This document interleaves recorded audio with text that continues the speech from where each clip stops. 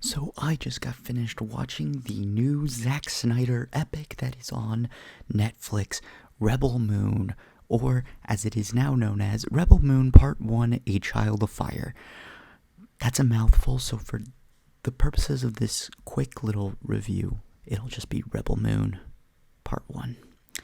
So, this was a film that I was actually really excited for because it's a sci-fi epic. Zack Snyder's directing. I'm a big fan of Zack Snyder's films.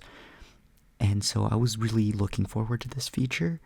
And so when I finally sat down to watch this epic, as I started hearing more and more details about it, I was like, okay, that sounds cool. I like this cast. I like everything.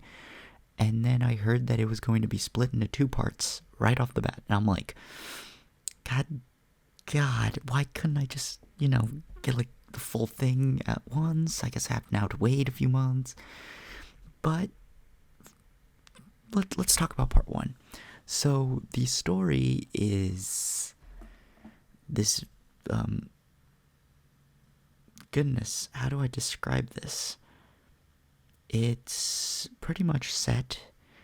It is what I like to imagine a Star Wars D&D campaign would look like. You start in a village, someone in the village does something to mess it up, the player character then goes off and kicks some ass, and then encounters a band of misfits, all that are super powerful in their own ways. This is literally, it is just Star Wars fanfic. This is a Star Wars Dungeons and Dragons campaign. You cannot change my mind about it. Like, just the whole setup of it all feels like a video game, and so many things feel kind of rushed. I'll get into that later. But in terms of a story, the story was actually really interesting. Although for now I'm starting to think maybe he should have split it into more parts, because that was a lot, and some characters just get forgotten. Like, not even halfway through the movie, like in Across the Spider-Verse, they get forgotten a third of the way into the movie.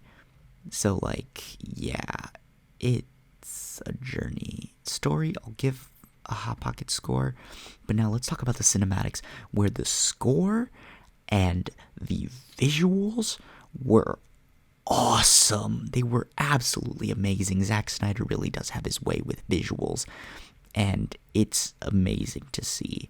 So, like, yeah, it's great visually. The action set pieces, although I must admit that sometimes the slow-mo is a little inappropriate, but other than that, it really enhances the shots and makes it, it's that Zack Snyder flavor, so it's all really interesting. I just wish that the slow-mo was toned down just a bit in certain sequences, as it made some sequences look stupid while others were just dope. So hand grenade score there. Directing, I do really like Zack Snyder's directing here on the action sequences and stuff, but I do have to say that the pacing of this film is a little all over the place. And, like, I'm a fan of his movies. Love them. I love a lot of his films. This one is definitely the weakest because you can pinpoint exact locations where the story had to be rushed a little bit to fit into this one part.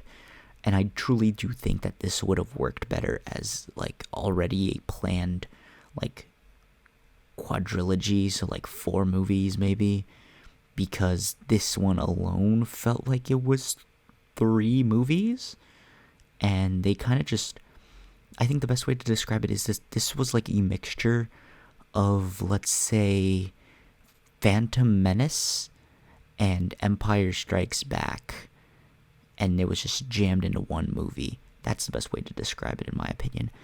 But yeah, directing, I'll give it a Hot Pocket score, just because it's not the best in Snyder's catalog in my opinion, but I think it's because it's the part 1 of 2. Acting, Sofia Boutella does a great job. I really enjoyed Charlie Hunnam's character in this. He was hilarious.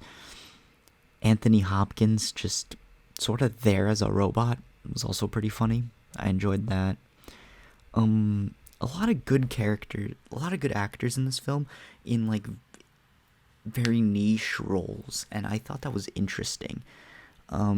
Ray Fisher in a very, very niche role. I think a lot of these characters suffered from lack of screen time, and due to like it really feeling like this should have been the first movie where they were gathering the group and you would learn a bit of their dynamic, and then the next one would be like them learning to fight with each other, and then the final one will be the actual like defense of the planet or whatever that they set up in this one, which I had a feeling in the back of my mind that they weren't going to resolve that conflict already. I knew it was going to be saved for a sequel or for the part 2.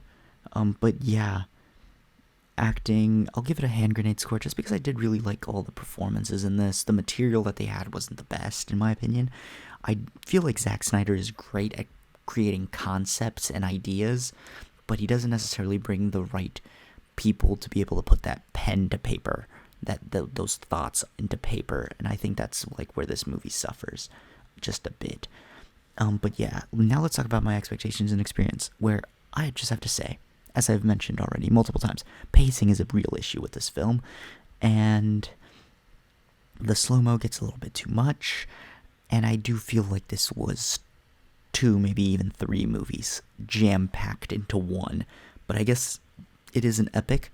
I do think that this suffered from a bit of a length issue. Like, it's an epic. We're expecting an epic. You can make it longer. You can make it longer. If this movie had a few more minutes, if this one was borderline like 2:30, 2:45, I think a lot of the issues I've had with this film would be solved out, because I didn't feel like it dragged on, but I do feel like there were just random set pieces that were unnecessary just to show off the characters' like skills and shit. And like I appreciate that. It's that idea of show don't tell storytelling.